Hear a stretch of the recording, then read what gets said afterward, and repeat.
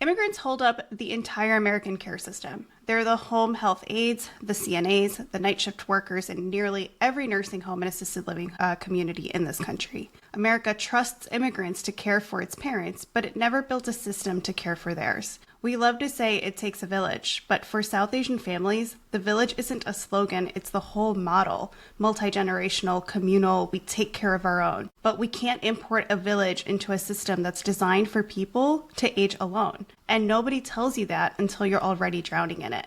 That navigation gap between formal U.S. care systems and immigrant families is what we're talking about today. What does the elder care navigation gap look like for immigrant families who are encountering the U.S. care system for the first time? Where do formal U.S. care systems, insurance, long-term care, discharge planning break down for families who didn't grow up inside of them? What barriers beyond language, like cultural assumptions, trust, system design, prevent immigrant families from accessing services that technically exist? And what would it look like if our care systems were actually built to serve immigrant families and not just translated for them? Welcome to the Aging Together podcast. I'm your host, Dr. Pooja Ashok Patel, a double board certified occupational therapist and gerontologist with additional certifications in dementia and fall prevention. This season, we are unfiltered. In this podcast, I interview guests who are experts in their fields or caregivers who are sharing their lived experiences.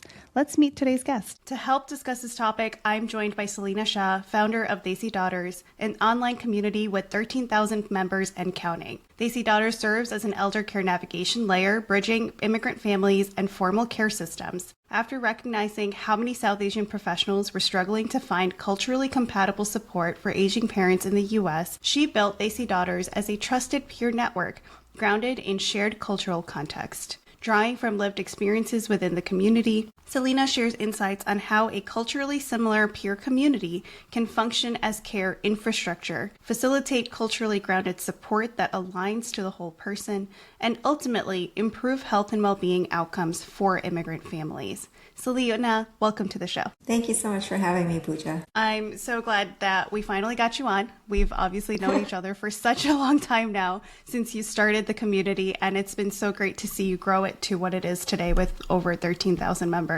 And it's been nice to sort of have a front row seat to that. And I'm excited to hear you talk about the journey and just sort of why you built this, the whole mission behind it, and sort of what you're seeing in the community today and how you're building it to continue to support the needs of these families. Thank you. Yeah, I'm happy to be here. As you said, there is a gap between the formal systems and the immigrant communities, and it basically speaks to how do you age well in the U.S. and what does that mean for immigrant communities such as ours. And I think that, this is a gap that I didn't just stumble across. This is one that I've lived in for over 2 decades. I lost my father when I was 22. I lost my mother-in-law when I was 28. And so my husband and I spent more than 2 decades raising a family, building our careers, and supporting our surviving parents. And through that process and navigating that, it became really apparent that we were all sort of doing it in silos, and there was no sort of central, culturally congruent place with resources that we could connect into and tap, which is what led to,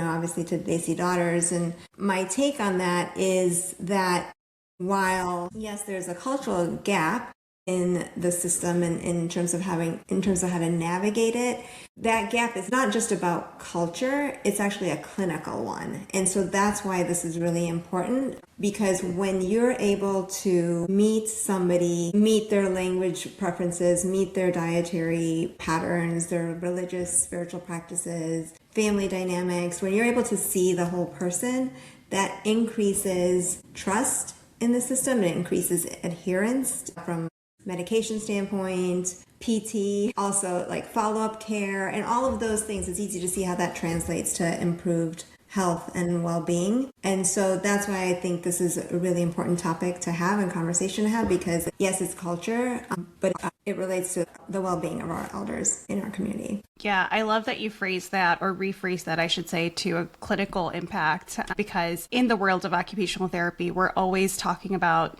the whole person. That's our unique perspective, is making sure we're connecting all the dots holistically. And one of the parts of that is culturally informed care. And part of that is not just being aware of different cultures, but understanding how that impacts their ability to participate, their ability to perform certain tasks, their willingness, their motivations, their desires, right? All of that is so relevant to how and why they do something. So being able to connect, like you said, is so important. And I think that's where we do have a lot of gaps in the system, not just in our communities, but in communities across the world. Let's start with, what was it like when you first started getting members onto the community? What were they sharing? What were kind of those maybe nuanced details that maybe you didn't realize at first, and you're like, this is what they really want? Yeah, so I think, to set the stage, the context of this is, as I learned after starting it, is that immigration rules in the U.S. changed in the mid-'60s. And so that's when more Indian immigrants were able to come to the U.S. Those early immigrants, which would include people like my father-in-law, are now in their 80s and 90s. And so we're seeing a whole generation of us that are navigating elder caregiving in the U.S., where Indian elders are new to the elder care system, and the elder care system is now seeing Indian elders for the first time. And both sides are sort of learning more about each other. I think one thing that was very apparent is that a lot of people thought that they were the only ones.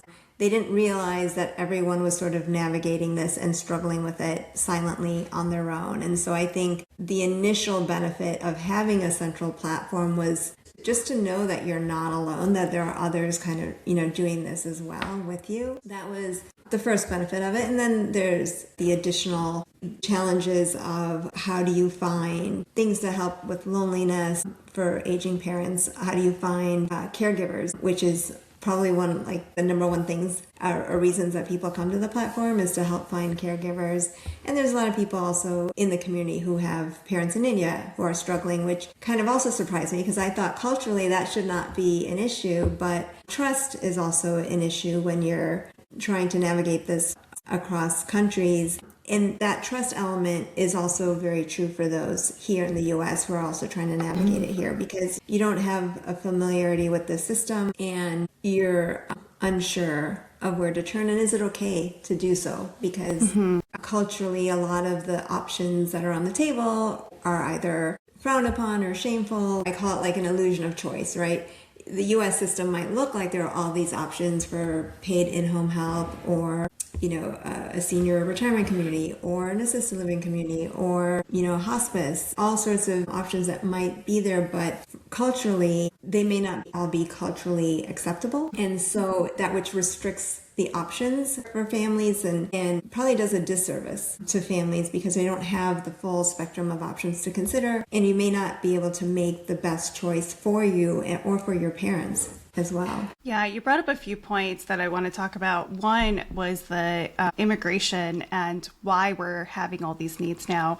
A couple of times when I've brought up culturally tailored services, or when we're looking for home health agencies, or when we're looking for retirement communities or assisted living facilities, and we're like, why do we need or want culturally appropriate or culturally tailored services, and why don't they exist yet? And people who have been in the industry don't understand why they don't exist. And I've had to bring up that same statistic of, this is the first wave of Indian Americans specifically to age in America. And so for them to be able to navigate resources and services that they don't have familiarity with, that their kids don't have familiarity with, that no one above them has familiarity with, is extremely difficult, because you have no one to tap and say, hey, what do I do about this? Right? I use the example of, as an eldest daughter, I didn't have someone I could tap on every time I wanted to ask about something, right? Like, I had to figure it out. And in figuring it out, we make a lot of mistakes. And in this case, mistakes are costly. And so I think that's an important factor to consider when we're talking about why these services don't exist and why communities are so important to be able to help navigate this kind of stuff. Second, you brought up the stigma of asking for help, right? I think part of that immigration wave is also your generation, my generation. We did grow into these systems, and we also live very different lives than our parents did. And so what they grew up with and their vision of what elderly age looks like is so different from my vision of it, because I didn't grow up in that same village mentality, right, that I brought up earlier of saying, oh yeah, the whole village will just come take care of us. And that just doesn't happen, right? I mean, I grew up seeing my parents take care of my grandparents, and I've been exposed to it. I live 800 miles away from my parents. That's just not a reality, right? And so focusing also on why it's so stigmatized to ask for help and support and resources to help your parents is a very important topic as well. And so I'm glad that it's been a topic that I've seen you address in the community as well. I'm curious if you hear or if you've heard specific conversations around how to decrease that stigma. So I think it starts with talking about it. It starts with talking about what your scenario is, what are you considering, and getting the support of others around you who understand the stigma, right? So you're surrounded by a group of people who get it, who understand where that's coming from, who understand that a lot of it is due to unfamiliarity from the elder generation. It's not necessarily distrust or anything like that. It's just that immigrant parents who have come to this country decades ago, their memories of what it means to care for elders are sort of frozen in time, back to a time that doesn't exist now, not even in India. Yeah. Times have changed there as well, and they may not realize that. And so I think talking about it openly in a safe space makes it easier to accept. And I think the other thing that we're doing is encouraging people to share their experiences, right? So it's a forum where, okay, one person goes out, tries something, reports back to the group, and that just makes it more acceptable to adopt for the next family. I think that pattern over and over is what's changing the sentiment and making it easier for future families who are trying to navigate the same issues. Yeah, I think that's really beautiful to be able to experience share like that and offer consolation that, you know, this is okay. We're doing the best we can with the resources we have, and we need to be able to, we just want our parents cared for, right? Like at the end of the day, we just want to make sure they're healthy and they're safe and they're supported. And so how do we best do that if we're not there with them? And even if we are there with them and have a family with 3 kids and jobs and all of that, right? How do we best support them? I think it's great that people can share what they've done, what works and what hasn't worked. One of the things we wanted to really highlight was this whole lost in translation concept of what our expectations are within our South Asian communities as when it comes to elder care, and how the U.S. care system just simply doesn't have the infrastructure or the processes in place to help support those expectations in a way, and really what that difference looks like, and then perhaps maybe ideate around what a potential shift could look like, right? So firstly, the gap. What are some of the ways that the American caregiving system falls short specifically for South Asian families? So a couple ways. There's, from a language standpoint, right, just if we take healthcare, you know, with time, some elders will revert back to their mother tongue. So from a communication standpoint, language does become one of the bigger topics where language concordance or, you know, compatibility is really There's research out there now, too, that shows that linguistic concordance does help with better outcomes from a clinical standpoint. I know, for example, my mom had to go through breast cancer treatment, and I don't think she quite understood the discharge instructions or the follow-up plan because she was questioning why she had to go back for the follow-up appointment. And I think it was because it just was not clear to her. There are interpreter services now, of course, but a lot of times they translate words, not meaning, not emotion, not fears, and they don't get into that. Language I do in 3 parts. There's obviously the verbal, or the oral component, but then there's written. So when it comes to being able to understand the paperwork or fill anything out, that becomes a challenge in terms of how do you do this? Any of the online communication, checking in advance, registering for an appointment, that's also not possible, right? So there's a lot of help that families need to do in terms of stepping in to be able to fill that role. which is, I think, ultimately what happens, right? When there's a gap, it's the families that end up filling that gap. So that's one example where that's been a challenge for us that I've experienced personally. Also, my father-in-law, a couple years ago, had a pretty challenging health year. Part of that year, he did spend in a rehab facility, but there were very limited options that were vegetarian. And coming from a country that has really high rates of vegetarianism, that was a struggle where we basically ended up making food every single day and bringing it to him because there just weren't that many ethnic or nutritious options available for him. So that was another case where there was a gap, again, filled by the family, meet that gap. And there's also decision making, right? Not only is the U.S. system more English language first focused, the standard American diet is the default. It's also predominantly based on a nuclear family where you have like one next of kin or one other decision maker perhaps. Whereas in our community, you can have many decision makers at play. So just being aware that there are multiple people that need to be informed to stay connected to the care that's necessary. Another thing that we had to navigate around to make sure that we were all being able to stay connected. Like in my father-in-law's case, it was us, it was my sister-in-law, it was other family members who were all trying to stay connected in terms of having that communication with the medical team and to make sure that decisions are made correctly. But I also think that the other aspect of this is that there are gaps in the system. There are also existing services where there's just a general lack of awareness in our community because there hasn't been as much awareness of these services. So for example, hospice. A lot of families that I know of are just still not aware of the benefits of hospice, and yet when they do take advantage of it, they're really appreciative because it can be a big help. And so again, it's a matter of talking about it in our community and the benefits of it. And I think the data does show that we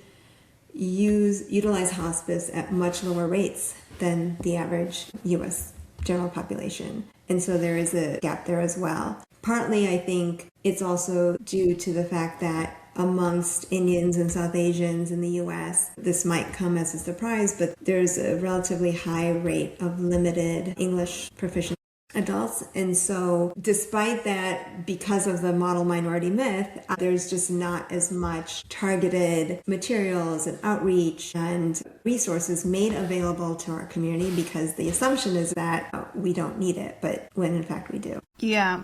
You shared so many great points. A few experiences I can share with education. So yes, having worked in hospitals for a decade now, I can tell you, of course, interpretation and translator services are available, but I like how you said they translate words, they don't translate meaning. And I think that's really important to note because just because we're using a translator doesn't mean that we're getting the full meaning across of what something means for a family or a patient.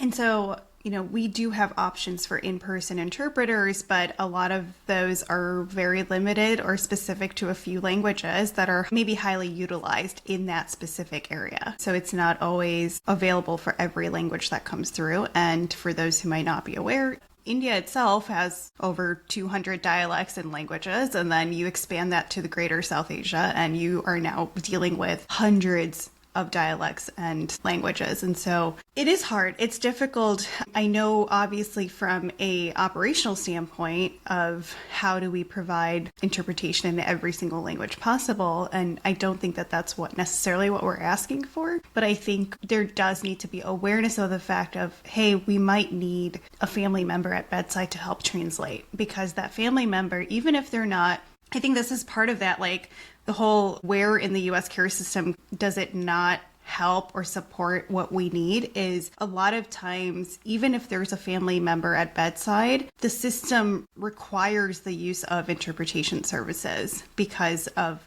liability and because of all these other systemic requirements, right? And so it's like the family member, if they are proficient in both languages, could probably offer better translation with better meaning translation than the hospital provided interpreter, right?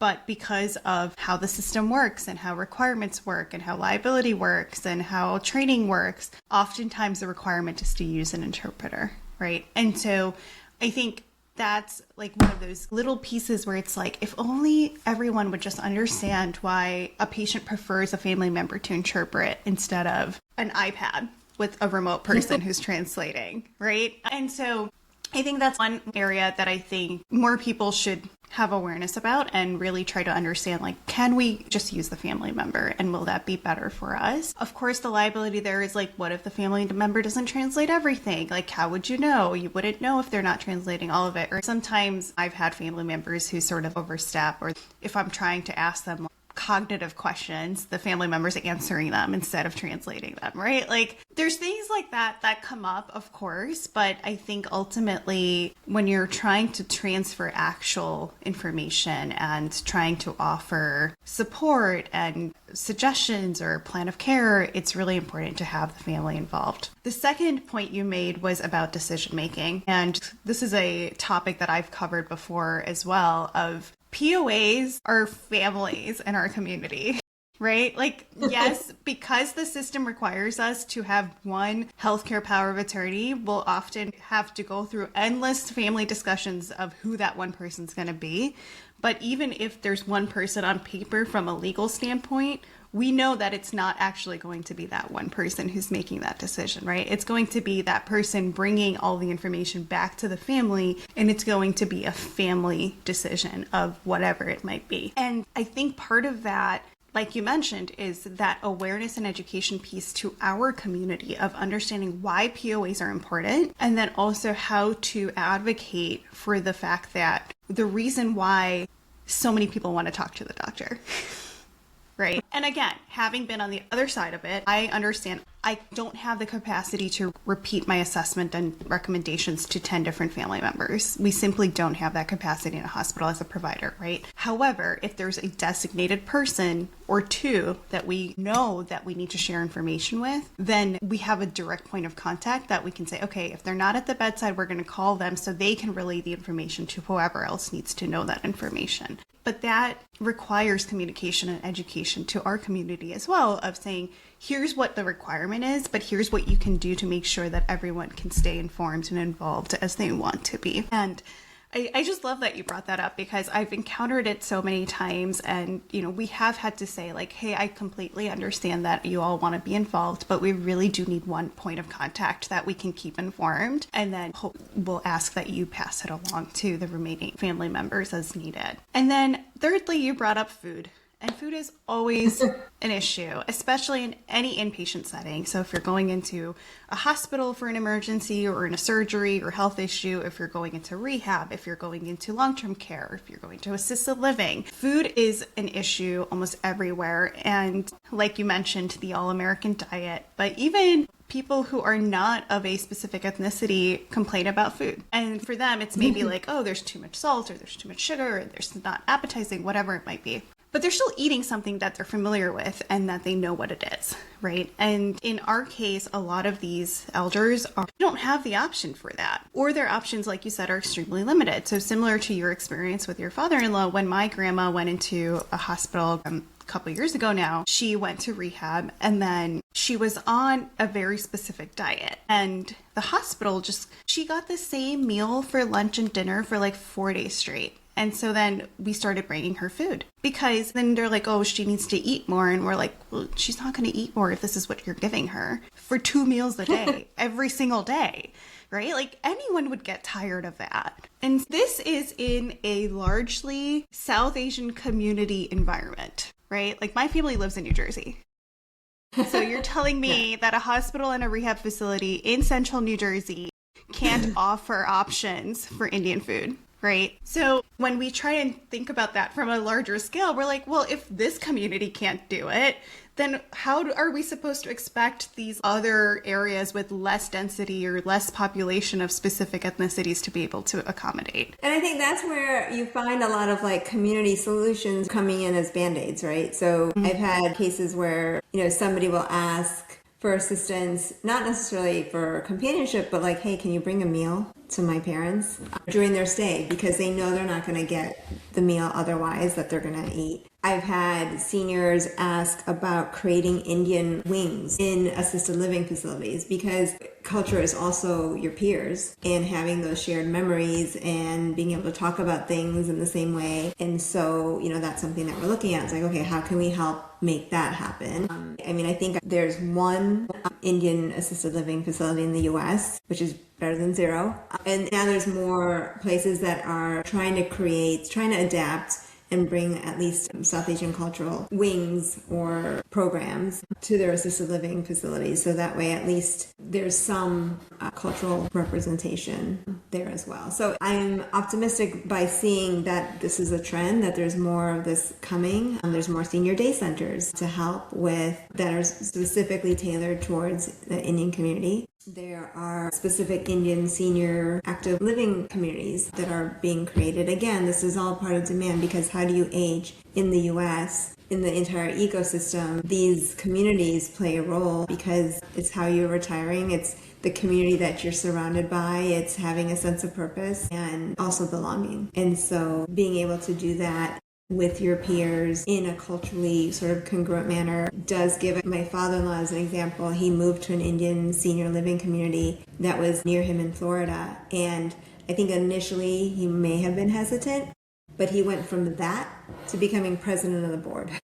He's probably like the biggest salesperson that they have right now. And I think, that just speaks to, it's like the full arc where you might be resistant to then reluctantly accepting to then like genuinely like truly integrating. And he gets a lot of joy and has a lot of purpose in being there, which ultimately just leads to his health and well-being is way better there than it had ever been before when he was living on his own. So, and I think even if he were here, he'd be lonely half the time because we're all busy or out of the house. And so I think it's been a huge benefit, but I know that at the time we were all very torn because it was something that wasn't done in our community. But now I see that people are asking about it. They're having their parents go visit, check it out. And it's opened up an option for more people, having seen one, having heard of like the early people who have adopted it kind of report back and say that this is great. And so I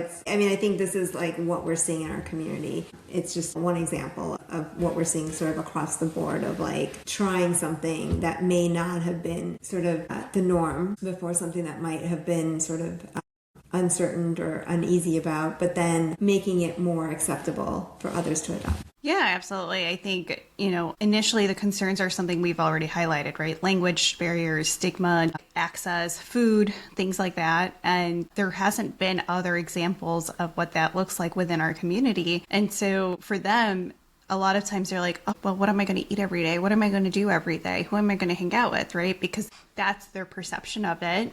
And it's very valid because it just hasn't existed before. And now I think it helps that a lot of the Indian TV channels run ads on them. And that helps because they're like, oh, look how much fun they're having. And I feel like it kind of helps destigmatize it a little bit too, for sure. But I agree. I mean, part of the reason why I've been wanting to move my family closer to me for this reason, and part of the difficulty in that decision making is I don't want to disrupt my grandma's adult day center that she goes to. She's been there for almost a decade. She goes every day, Monday through Friday. She has her friends. They go to the temple. They go on trips, right? Like she has a routine and it gives her purpose and meaning, and that's her thing. And we just simply don't have as many of them here in my area, which is surprising, honestly. There have been more now in the last couple of years, but still ultimately they're not the same as what she's used to there. And so it would still jeopardize her health and well-being and all of that. And so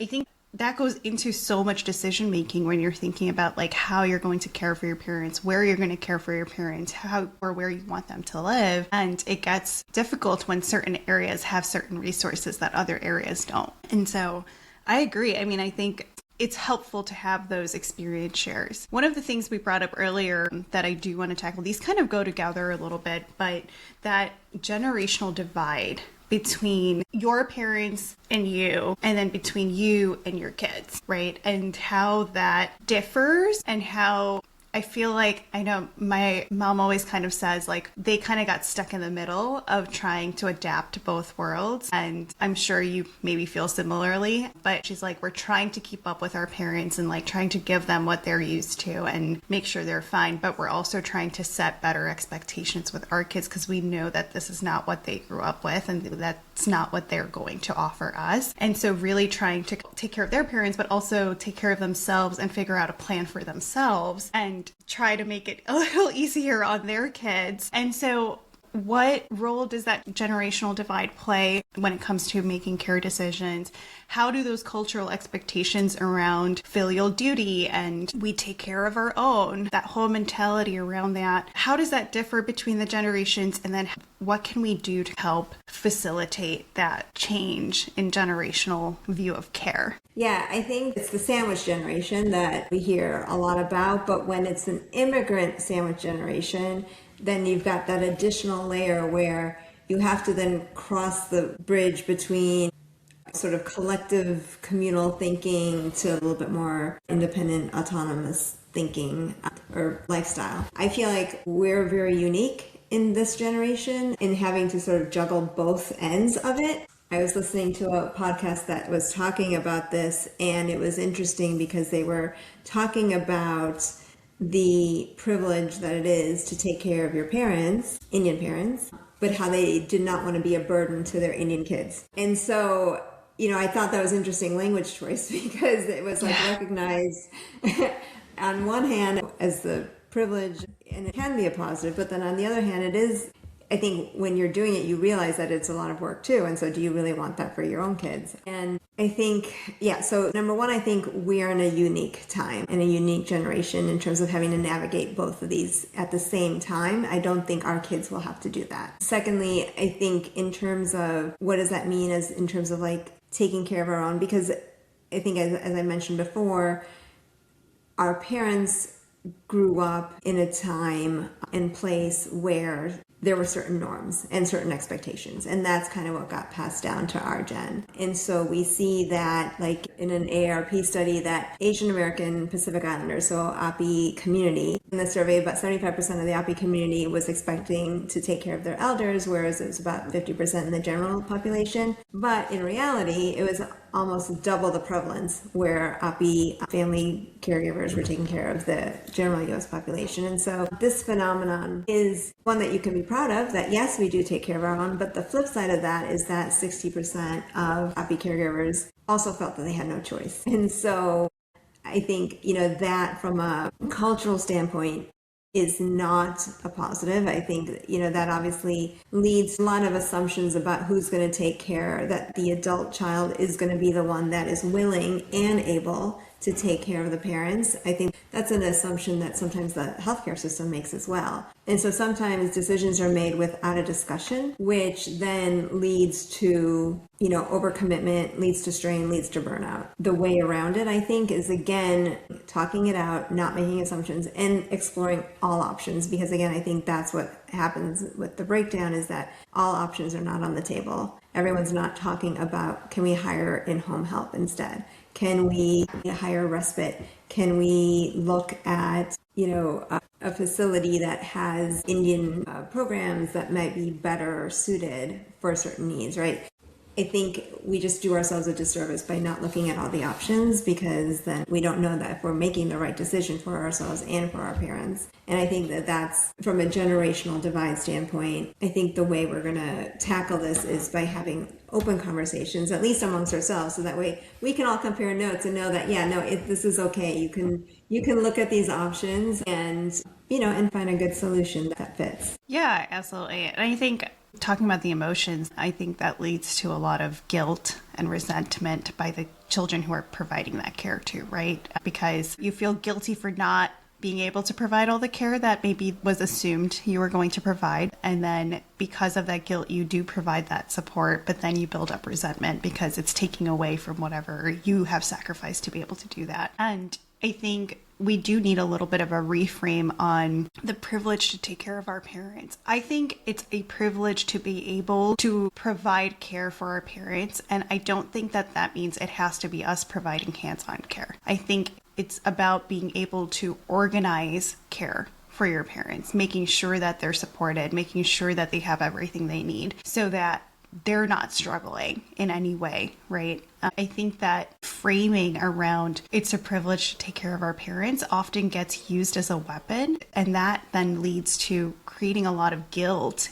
I'll speak for my generation whose parents came a little later in the immigration wave. And so now we're the first generation navigating these waters. And we don't want to feel guilty about providing care. But then a lot of times this whole mentality around it's your duty, it's an obligation, it's a privilege. Like I feel like that often gets used as a weapon instead of it actually truly being a privilege to be able to take care of our parents, right? And so I do think a slight shift in that is called for. And maybe, like you said, maybe with these open conversations, these discussions, these experience shares, more and more people are starting to have awareness about, okay, this is okay. Well, this is better. You know, the way I frame it when I'm speaking with families is your parent needs professional care. You are not a trained professional. So you are doing your parents justice by getting them the care that they need by a trained professional so that you can remain their child and not their caregiver.